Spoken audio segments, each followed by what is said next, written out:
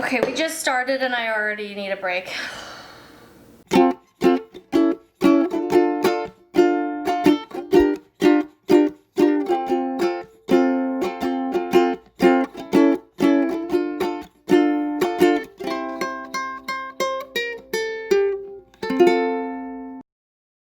Welcome to a very special episode of The Silly Kitchen, where once again I'm going to attempt baking.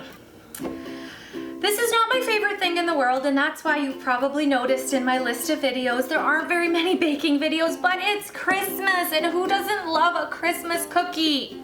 So if you are a baker and you want to send me some cookies, that would be lovely, because I'm not sure that this is going to work out.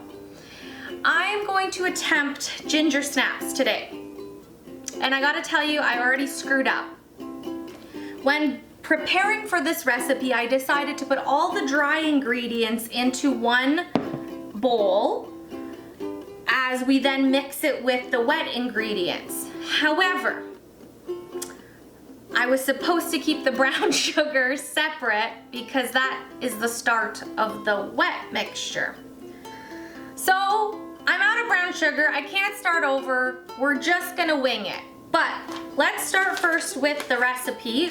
This is not my own creation. I Googled and decided I would kind of combine one or two recipes together and figure this out. So let's do the grocery list first. A cup of brown sugar, which you should leave in a separate bowl.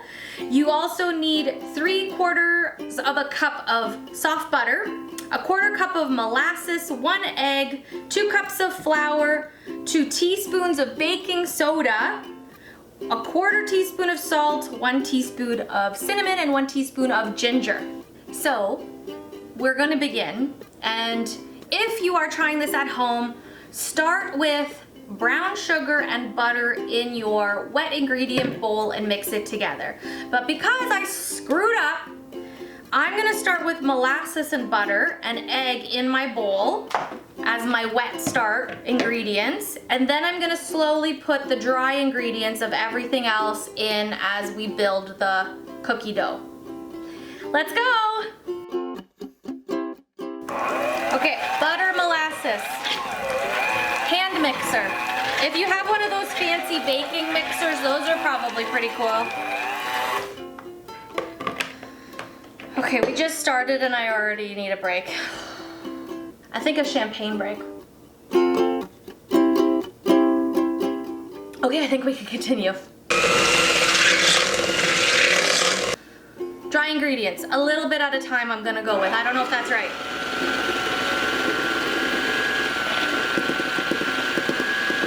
See, if you have a stand mixer, you don't have to hold your mixer, you can just click a button. I don't bake very much, so I don't have these tools. I actually had to borrow this from my mom. Okay, this mixer's like, I don't know, it's having a hard time with how thick the dough has gotten. So I'm gonna just try to get some of this gooey goodness off of here, and I'm just gonna try mixing it with a little spatula and then maybe by hand and see what happens. And I'm just gonna double check the recipe to make sure that I got all the right measurements. Oh, this is so annoying. I hope these taste good. Okay, so I gave up on the hand mixer.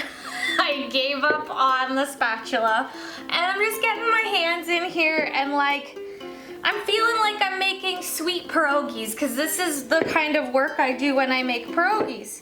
But I'm really annoyed. I'm really annoyed. Why is baking so difficult? Ugh. Okay, we're getting somewhere though, look. It looks like cookie dough. I'm literally getting somewhere. Okay, this is promising. I hope you all have a drink when you're baking. It really helps. Okay, guys, somehow this dough smells, looks, and feels legit. I think we're gonna have cookies. I'm gonna spray a little bit of Pam on my pan. I don't know if we actually need this because I feel like there's enough butter and lovely things in the dough, but just to be safe, I'm gonna just make sure that we're nice and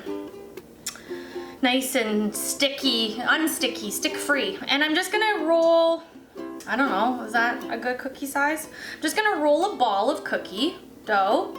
And I don't know if I said this at the beginning, but you wanna have some coarse sugar, or for me, I don't know what coarse sugar means, so I just have regular sugar. And I'm gonna just dip my cookie in a little bit of sugar for the top and hope that when it melts down, the sugar looks pretty like sparkles. That's what it looks like on the internet. I might have needed to investigate how to make cookies a little bit more before I started this video. But it is the Silly Kitchen.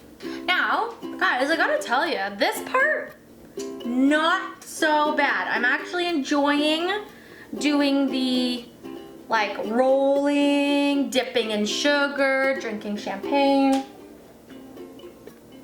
This part, I don't mind. If someone else could do the following the recipe, putting all the dry ingredients and the wet ingredients in the right bowls, then I could do this part. This is good, this is good. I feel like cookies should be a teamwork thing. Okay, here we go. So while you're rolling your balls here of cookie, preheat your oven to 375 degrees because these are gonna go in once they're all ready for 10 to 12 minutes. Had to check my notes there. Cookies are out of the oven. They freaking look like real cookies.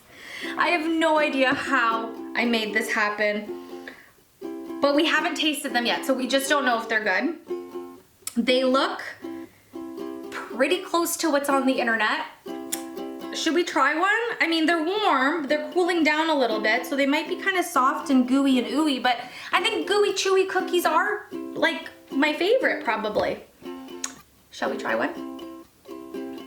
I'll pick the smallest one. Okay. Look at it sparkle, it's so pretty. It's cooked all the way inside.